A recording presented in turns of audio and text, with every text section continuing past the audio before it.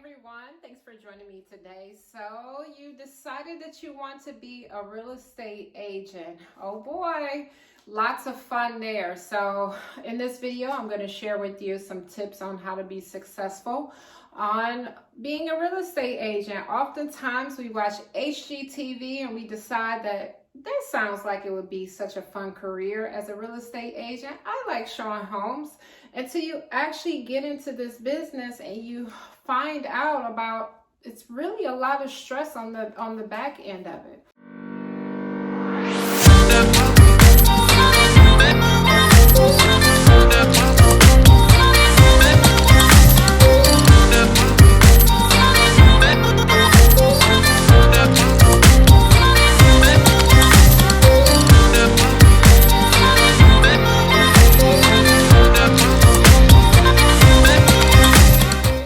So I put together 3 tips to help you as you become newly licensed, how to make it through everything. So tip number 1, you want to remain calm throughout the transaction. So this sounds like it's something easy to do, not a big deal. However, like I just mentioned, it is a very high stressful job.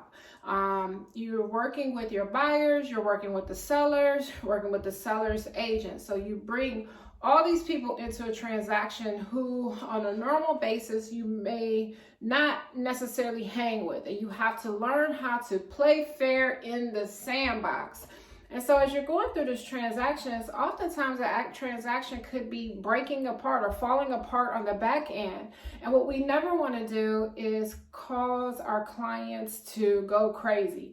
Obviously, we have to disclose when it gets to a point where it's concerning and they could potentially lose the deal. But you want to try to resolve any open issues before taking it to your client. So if there is an issue at hand that's going to prevent it from closing, think about, is there a way that we can resolve this and do the problem solving for your client ahead of time? You be the professional to help guide them through the transaction.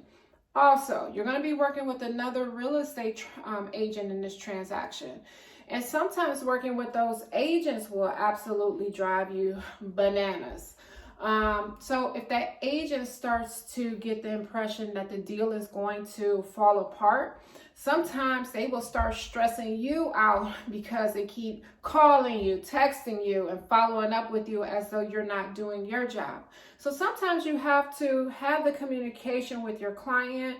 Even if they start to have a meltdown in the transaction, you have to talk to that other agent and just be that voice of reason. Keep the deal going smoothly, and remind all parties in the transaction, especially that other agent, that we need to work towards the end goal here. The end goal is for either a buyer to take possession of a new home or for that seller to be able to sell their home and move on.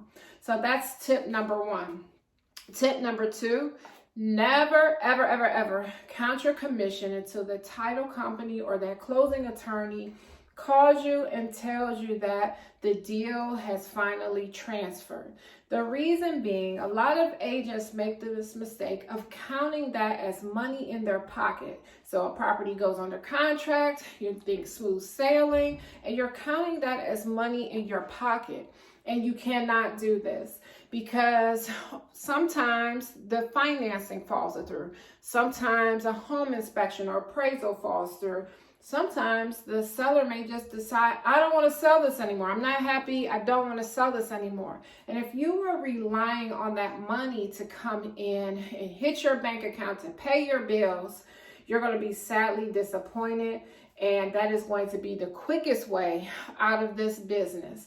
So you want to plan ahead of time, and you really can't count that money until it's actually the check is cut, the property is transferred, and then you could count that as a closed deal for yourself. The more you get in the habit of looking at it that way, as it not being a closed deal until it actually files and transfer, you'll get in the habit of figuring out, either you're going to start focusing more to say, oh, I need to do more transactions, Or you're going to realize that maybe you need to do some other work on the side, or maybe work with rentals to bring in some additional money and put money in your pocket to even cover everyday expenses of like putting gas in your car and putting food on the table.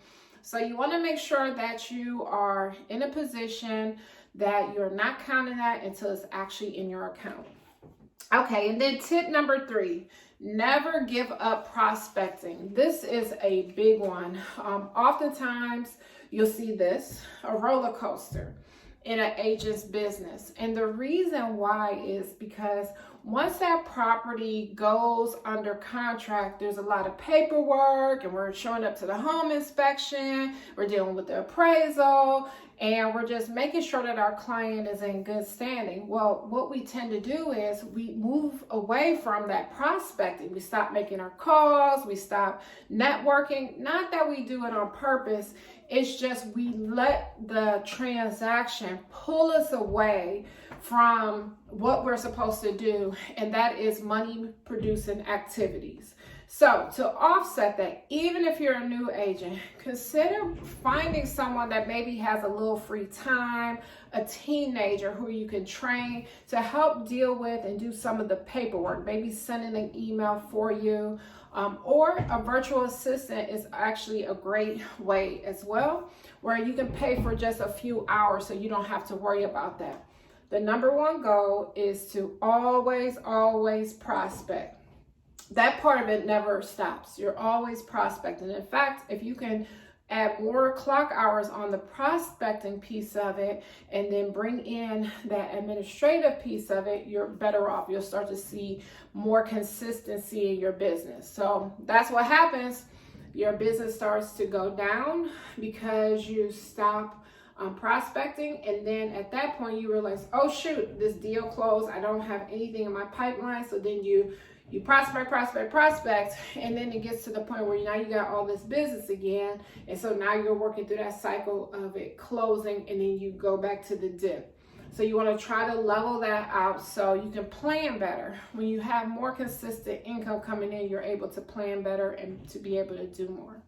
So those are my 3 tips. I hope that you found this information useful.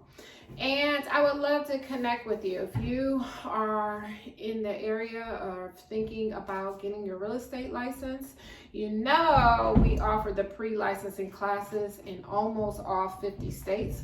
So you can check the link, and you can find the link to sign up for our classes and look for your state. If you like this information, please hit the subscribe button and share, and look for more videos from me. My name is Andrea Wilson. I'm the broker and owner at Brick House Realty here in Northeast Ohio.